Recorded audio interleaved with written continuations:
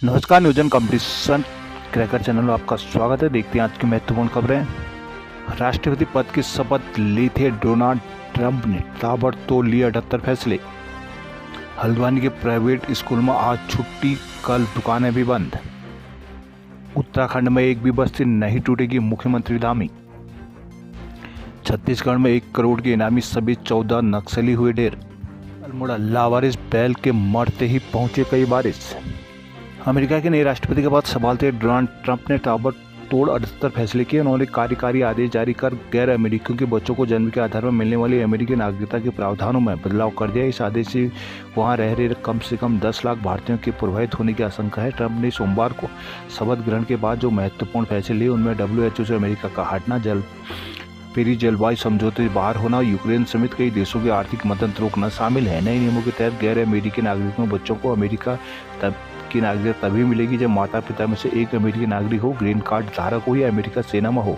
अभी तक अमेरिका में बच्चे का जन्म ही उसे नागरिकता प्रदान करने के लिए काफ़ी है। यदि माता पिता अवैध तरीके से भी रह रहे हैं तो भी बच्चे को अमेरिकी नागरिकता मिल जाती थी। ट्रंप ने चुनाव में अवैध अप्रवासन को बड़ा मुद्दा बनाया था, जिसके पीछे कई कारण माने जा रहे हैं। वहाँ की जनसांख्यिकी बदल रही है, दूसरी उन्हें लगता है कि अमेरिका लोगों के लिए मौके घट रहे हैं।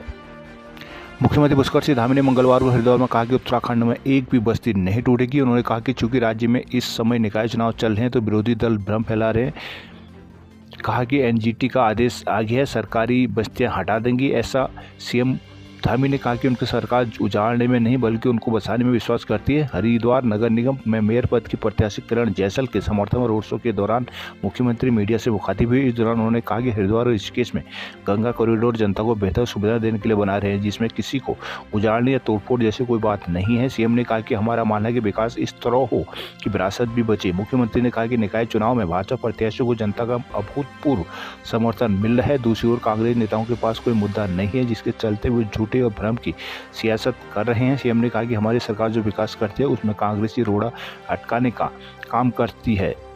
अल्मोड़ा जिंदा हाथी लाख का तो मरा 1.25 लाख का, यह कहावत आम है, लेकिन एक ऐसी स्थिति एक बैल की होगी जिस बैल ने अपने जीवन के आखिरी 4 साल लावारिस घूमने में बिताए। गुलदार के हमले में उसकी मौत के बाद उसके कई मालिक आ खड़े हुए। इसे वन विभाग की हैरत में पड़ गया है। मामला जागेश्वर के आरतोला गांव का है। इन दिनों यहाँ एक बैल मौत के बाद चर्चा का विषय बना हुआ है। 4 साल पहले यह बैल एक ग्रामीण की गौशाला में था। जुताई के बाद भी इसे काम में से लगाया जाता था। उप प्रधान महेंद्र लाल ने बताया कि एक दिन बैल ने अपने मालिक को सींग मार दिया, जिससे तैश में आकर मालिक ने बैल को गौशाला से निकाल दिया। तभी से यह बैल लावारिस घूमता दिखाई देता था। कुछ दिन पहले गुलदार ने हमला कर उसे मार डाला। वन विभाग नियमानुसार वन्यजीव हमले में पालतू गाय, बैल, भैंस, खच्चर, घोड़ा आदि मारे जाने पर 32,500 रुपये मुआवजे देने का प्रावधान है। बताया जा रहा है कि इस बैल की मौत की भनक लगते ही कुछ दावेदार मुआवजे की फाइल लेकर कागजात जंगलात के दफ्तर पहुंच गए। मुआवजे के लिए ग्रामीणों में मारामारी सी हालत हो गई है। एक बैल के कई मालिक देख विभाग भी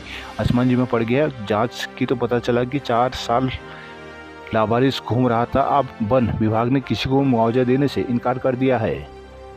हल्द्वानी में राजनीतिक दलों के रोड शो से लगा जाम।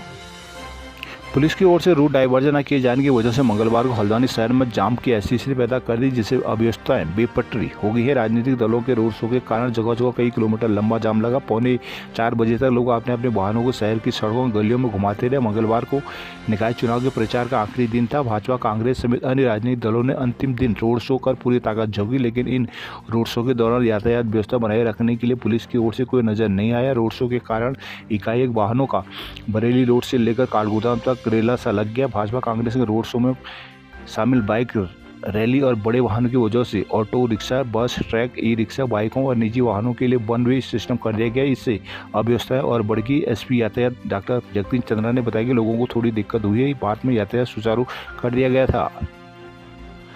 हल्द्वानी से आज रवाना होंगी पोलिंग पार्टियां, शहर सड़कों पर रहेगा 0 जोन। हल्द्वानी में निकाय चुनाव के तहत शहर में नहीं आ पाएंगे भारी वाहन, रूटों बसों का होगा रूट डाइवर्जन। हल्द्वानी पेयजल सप्लाई सुचारू करने के लिए हल्द्वानी के 40,000 घर नई पाइपलाइन से जुड़ेंगे।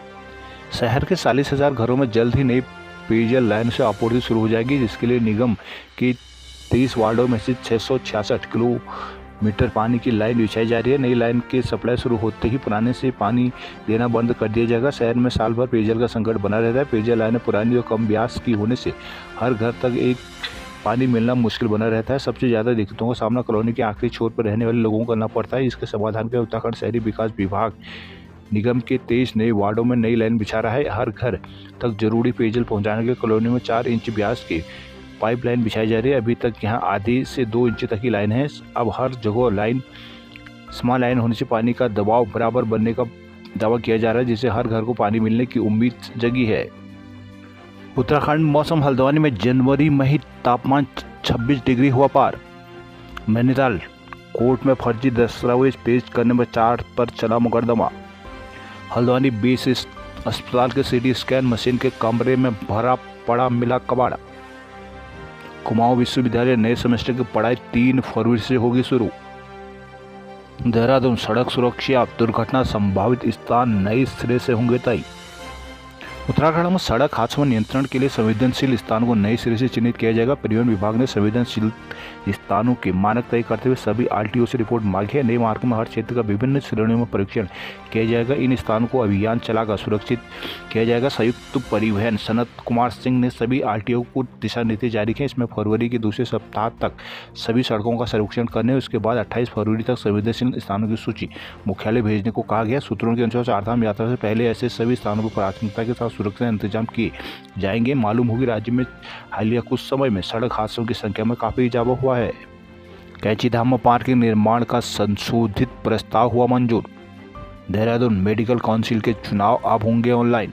उत्तराखंड मेडिकल कॉलेज काउंसिल की चतुर्थ कार्यकारिणी का सदस्य बनने के लिए राज्य के सरकारी और प्राइवेट डॉक्टर 28 फरवरी तक आवेदन कर सकते हैं। मेडिकल काउंसिल की ओर से संदर्भ में नोटिफिकेशन जारी किया गया है। चुनाव की प्रक्रिया इस बार पूरी तौर से ऑनलाइन कर दी गई है। उत्तराखंड मेडिकल काउंसिल में कार्यकारिणी का गठन किया जाता है, जिसमें 30 सदस्यों के लिए चुनाव होता है, जबकि 6 सदस्य सरकार की ओर से नामित किए जाते हैं। काउंसिल के रजिस्ट्रार डॉक्टर सुधीर पांडे ने बताया कि काउंसिल के 3 निर्वाचित सदस्यों के लिए आवेदन मांगे गए हैं। राज्य के काउंसिल में पंजीकृत कोई भी सरकारी व प्राइवेट डॉक्टर इन पदों के लिए आवेदन कर सकता है। बताया कि राज्य के 15,000 के करीब रजिस्टर्ड डॉक्टर चुनाव की इस प्रक्रिया में भाग ले सकते हैं। कहा कि सभी चुनाव लड़ने के लिए इच्छुक डॉक्टरों के आवेदन की तिथि तय की गई है। जल्द चुनाव तिथियों का भी ऐलान किया जाएगा। अस्कोट में घर जलने के बाद टेंट में रह रही वृद्धा की हुई मौत। पिथौरागढ़ में समान नागरिक संहिता को लेकर हुई मॉक ड्रिल। यूसीसी समान नागरिक संहिता लागू होने के बाद आम जनता को परेशानी न हो, इसको लेकर जेल में अधिकारियों को मॉक ड्रिल शुरू हुई। यूसीसी पोर्टल पर विवाह, तलाक, वसीयत जैसी सेवाओं के पंजीकरण का अभ्यास हुआ। पिथौरागढ़ में यूसीसी को लेकर मॉक ड्रिल हुई। बिड़ ब्लॉक कार्यालय में हुई मॉक ड्रिल के दौरान कर्मियों ने यूसीसी पोर्टल कार्यालय में संचालित किया। शासन की ओर से यूसीसी पोर्टल संचालित करने को लेकर एक डमी आईडी व पासवर्ड दिया गया था, जिसके माध्यम से यूसीसी पोर्टल विवाह, तलाक, वसीयत जैसी सेवाओं के पंजीकरण का अभ्यास किया गया। कर्मियों ने पति पत्नी के आधार कार्ड, फोटो, स्थायी निवास प्रमाण पत्र, उम्र संबंधी दस्तावेज, 2 गवाहों के आधार कार्ड व अन्य प्रमाण पत्र ऑनलाइन आवेदन कर यूसीसी में सफलतापूर्वक पंजीकरण किया है। इस दौरान जिला पंचायत अधिकारी हरीश आर्या, खंड विकास अधिकारी राजेंद्र अवस्थी, सहायक विकास अधिकारी पंचायत दीपक कुमार सहित अन्य सभी कर्मी मौजूद रहे। चंपावत में न खेल अधिकारी न ही पर्याप्त स्थायी खेल प्रशिक्षक। उत्तराखंड प्रदेश धीरे धीरे राष्ट्रीय खेल के रंग में रंगने लगा है। पूरे प्रदेश में खेल को लेकर जोर शोर से तैयारी चल रही है, लेकिन चंपावत खेल विभाग के हाल बेहाल है। यहाँ न जिला खेल अधिकारी की तैनाती है, न ही पर्याप्त स्थायी खेल प्रशिक्षक की तैनात है। बीते 7 माह से जिला क्रीड़ा अधिकारी का पद खाली चल रहा है। यहाँ की जिम्मेदारी रुद्रपुर के जिला क्रीड़ा अधिकारी के हवाले है। प्रदेश में आगामी 28 जनवरी से राष्ट्रीय खेलों का आगाज हुआ। इसके लिए प्रदेश भर में तैयारी चल रही है, लेकिन चंपावत खेल विभाग बुरी दौर से गुजर रहा है। पिछले वर्ष जून से यहाँ जिला क्रीड़ा अधिकारी का पद रिक्त चल रहा है। यहाँ तैनात जिला क्रीड़ा अधिकारी RS धामी की सेवानिवृत्ति के बाद से किसी अधिकारी की तैनाती नहीं की जा सकी। यहाँ के खेल विभाग के मुखिया की जिम्मेदारी रुद्रपुर के जिला क्रीड़ा अधिकारी के पास है। यहाँ तैनात उप जिला क्रीड़ा अधिकारी चंदन सिंह बिष्ट को एक माह पूर्व राष्ट्रीय खेल के लिए रुद्रपुर संबद्ध किया गया था। महत्वपूर्ण अधिकारियों को तैनाती न होने से व्यक्ति प्रशासनिक और प्रशिक्षण आदि व्यवस्थाओं के संचालन में दिक्कतों का सामना करना पड़ रहा है। इसके अलावा यहाँ पर्याप्त स्थायी प्रशिक्षकों की तैनाती भी नहीं है। जिले में महज 4 स्थायी प्रशिक्षक तैनात है, जबकि 17 प्रशिक्षकों की तैनाती कॉन्ट्रैक्ट में की गई है। पिथौरागढ़ राष्ट्रीय खेल शोर की संस्कृति से रूबरू होंगे देश भर के बॉक्सर। 38वें राष्ट्रीय खेलों के सीमांत में होने जा रही बॉक्सिंग प्रतियोगिता में शिरकत करने वाले देश भर के बॉक्सर पहाड़ की संस्कृति से रूबरू होंगे। होल्डिंग, सड़क किनारे, दीवारों में रंग रोगन के जरिए उन्हें यहाँ की संस्कृति, रीति रिवाज, लोक पर्व के बारे में जानकारी दी जाएगी। साथ ही यहाँ के पर्यटक स्थल आदि कैलाश जैसे अन्य धार्मिक स्थलों को भी बॉक्सर जान सकेंगे। प्रदेश भर में होने 4 राष्ट्रीय खेल के शुरू होने में अब चंद दिन ही शेष बचे हुए हैं। सीमांत जनपद के लेलू स्थित श्री हरि सिंह थापा स्पोर्ट कॉलेज में आगामी 28 जनवरी से 14 फरवरी तक बॉक्सिंग प्रतियोगिताओं के मुकाबले खेले जाने हैं। इसके लिए प्रशासन ने तैयारियां तेजी कर दी है। डीएम विनोद गोस्वामी ने अधिकारियों में अलग अलग जिम्मेदारी भी बांट दी गई है। राष्ट्रीय खेलों को लेकर 30 किलोमीटर दूर घाट से ही सजावट का काम शुरू हो गया है, जो एंचोली मुख्य बाजार से होते हुए लेलू स्थित कॉलेज तक जारी रहेगा। उक्त क्षेत्र में प्रशासन की ओर से होल्डिंग लगाई जाएंगी। पिथौरागढ़ केएमबीएन कर्मियों में सरकार की उपेक्षा से पनप रहा है आक्रोश। केएमबीएन कर्मी 200 दिनों से हर रोज पेड़ लगाकर सरकार से नियमितीकरण की मांग कर रहे हैं। गांधीवादी तरीके से आंदोलित इन कर्मियों से अब तक 37,000 पौधे रोपे हैं। कर्मियों को उम्मीद है कि सरकार उनकी मांग की महत्ता और आंदोलन के सकारात्मक संदेश से सरकार सुध लेगी, पर ऐसा नहीं हुआ। बोले पिथौरागढ़ में कर्मियों ने सरकार के रवैये पर आक्रोश है। संयुक्त कर्मचारी संघ कुमाऊं मंडल गढ़वाल मंडल विकास निगम के प्रांतीय आह्वान पर नियमितीकरण नियमावली की कट ऑफ डेट 2024 को लेकर अनूठा पौधारोपण आंदोलन 200वें दिन भी पहुंच गया है। कर्मियों ने कहा कि आंदोलन देश में एक नई नजीर बन गया है। सरकार की अनदेखी उन्हें दर्द दे रही है। कहा कि सरकार वार्ता के माध्यम से उनकी समस्याओं का समाधान करने को आगे नहीं आई है। कांडा खड़िया खानों की जांच को कांडा पहुंची टीम। हाईकोर्ट की सख्ती के बाद प्रदेश सरकार ने खड़िया खनन की जांच के लिए प्रदेश स्तरीय जांच टीम गठित किया। यह टीम मंगलवार को कांडा क्षेत्र में पहुंची। उन्होंने 5 जांच कार्य शुरू कर दिए। 1 सप्ताह तक वो क्षेत्र में रहकर प्रत्येक खड़िया खानों में जाएंगे जहां खड़िया खनन में हो रही नुकसान तथा उसके मानकों की जांच करेंगे। जांच रिपोर्ट प्रदेश सरकार को सौंपी जाएगी। अल्मोड़ा काला पथरी के जंगल में आग से संपदा हुई राख। रानीखेत में जाम से बेजार हुए लोग। रुद्रपुर एक्सिस बैंक में चोरी का प्रयास, पुलिस से मुठभेड़ में लगी गोली। पौड़ी चाकी सैंड में राठ महोत्सव का हुआ रंगारंग शुभारंभ। पौड़ी के समलौन संस्था द्वारा आयोजित राठ महोत्सव पर्यावरण संरक्षण का संदेश रंगारंग प्रस्तुतियों के साथ शुरू हुआ। इस दौरान थड़िया चौपड़ा लोक नृत्य प्रतियोगिता में समलौन सेना सोलाना विजेता बनी है। महोत्सव में पर्यावरण संरक्षण, पत्रकारिता व सामाजिक क्षेत्र में उल्लेखनीय योगदान देने वाले 13 लोगों को सम्मानित किया गया। विकासखंड थैलीसैंड के सरस्वती शिशु मंदिर चाकीसौड़ में आज राठ महोत्सव का उद्घाटन मुख्य अतिथि ऑर्डिनरी कैप्टन चंदन सिंह नेगी ने किया। इस मौके पर उन्होंने लोक संस्कृति और पर्यावरण संरक्षण की दिशा में समलौन संस्था बेहतर कार्य कर रही है, जिसमें राठ क्षेत्र के साथ साथ युवा अभियान प्रदेश स्तर पर अपनी अलग छाप छोड़ रहा है। उन्होंने विद्यालय परिसर में देवदार का समलौन पौध रूप पर्यावरण संरक्षण संवर्धन का संदेश दिया। महोत्सव में आयोजित थड़िया चौपड़ा लोक नृत्य में विकासखंड थैलीसैंड खिरसू पाबू ब्लॉक के ग्राम खंडक गावत बगड़ मल्लूण सोलाना कनाकोट बड़ेड़ धौलाड़ कोटी बादजकोट सुथानी खंडूली मरगांव पलाड़ व समलौन सेनाओं ने प्रतिभाग किया। उत्तरकाशी बड़कोट में पेयजल समस्या का किया जाएगा निस्तारण। सीएम बड़कोट निकाय चुनाव को लेकर मंगलवार को बड़कोट पहुंचे सीएम धामी ने चुनाव जनसभा को संबोधित कर प्रत्याशी अतुल सिंह रावत के पक्ष में जनता से अपील की है। इस मौके पर उन्होंने कहा कि भाजपा प्रत्याशी को विजयी बनाने से क्षेत्र का चौमुखी विकास होगा। उन्होंने कहा कि भाजपा जीती तो जल्द ही बड़कोट की पेयजल समस्या का शीघ्र निस्तारण होगा। टिहरी में होने वाले राष्ट्रीय खेलों में 400 खिलाड़ी लेंगे हिस्सा। राज्य में होने वाले 38वें राष्ट्रीय खेलों की तैयारी जनपद टिहरी गढ़वाल में पूरी कर ली है। टिहरी झील में 3 फरवरी से 7 फरवरी तक महिलाओं पुरुष वर्ग की वाटर स्पोर्ट प्रतियोगिताएं व आगामी 27 जनवरी शिवपुरी में होने वाली विभिन्न प्रतियोगिताओं की तैयारियां पूरी होने का दावा है। राष्ट्रीय प्रतियोगिताओं में देश भर के करीब 450 खिलाड़ी प्रतिभाग करेंगी। रुद्रप्रयाग पर्यावरणविद प्रसिद्ध जगत सिंह चौधरी उर्फ जंगली को कर्नाटक में दिया जाएगा गौरव पुरस्कार। अगस्त मुनि ब्लॉक के कोट मल्ला निवासी प्रसिद्ध पर्यावरणविद जगत सिंह चौधरी को 5 फरवरी को कर्नाटक में राष्ट्रीय गौरव पुरस्कार से सम्मानित किया जाएगा। यह पुरस्कार दक्षिण भारत की प्रसिद्ध संस्थान राष्ट्रीय भारत विकास निगम की ओर से जगत सिंह चौधरी को पर्यावरण संरक्षण के क्षेत्र में विशेष योगदान के लिए दिया जाएगा।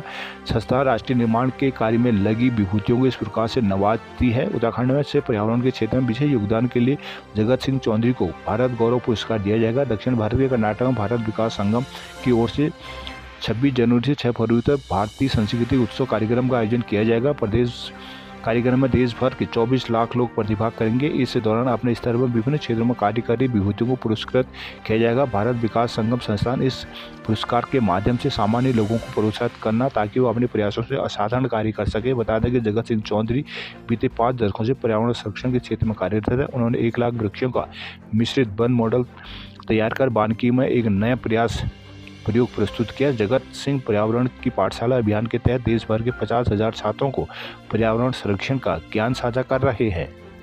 देहरादून पावर डेवलपमेंट फंड में कटौती से बिजली बिलों में मिलेगी राहत। उत्तराखंड के बिजली उपभोक्ताओं पर 2,500 करोड़ के बकाया वसूल की तलवार अब नहीं लटकेगी। मनेरी बाला जल विद्युत परियोजना 2 से जुड़े मामले में यूजेबीएनएल को 2,500 करोड़ के बजाय 700 करोड़ के करीब ही मिलेंगे। ऐसे में अब जनता से 2,500 करोड़ के बजाय सिर्फ 700 करोड़ की वसूली ही भविष्य में 7 सालों में होगी। यूजेबीएनएल पावर डेवलपमेंट फंड में मनेरी भाली फेज 2 योजना का कुल पैसा रिटर्न ऑफ इक्विटी के रूप में वसूलने की मंजूरी मांग रहा है। इस मामले में यूजेबीएनएल केंद्रीय अपील अथॉरिटी अपटेल से भी केस जीत चुका है। इस व्यवस्था को अब सिर्फ लागू भर करना शेष है, लेकिन इससे आम जनता पर सीधे 20% महंगी बिजली का भार पड़ता है। ऐसे में उद्योग जगत ने सुप्रीम कोर्ट में फैसले को चुनौती दी तो राज्य सरकार ने भी बीच का रास्ता अपनाते हुए जोर दिया। अब राज्य सरकार ने उत्तराखंड विद्युत नियामक आयोग को लिखित में दे दिया है कि पीडीएफ का पैसा सिर्फ मूलधन के रूप में वसूला जाएगा, जो करीब 700 करोड़ के आसपास ही बैठेगा। इससे अब 2,500 करोड़ की लटकती तलवार से राहत मिलती नजर आ रही है।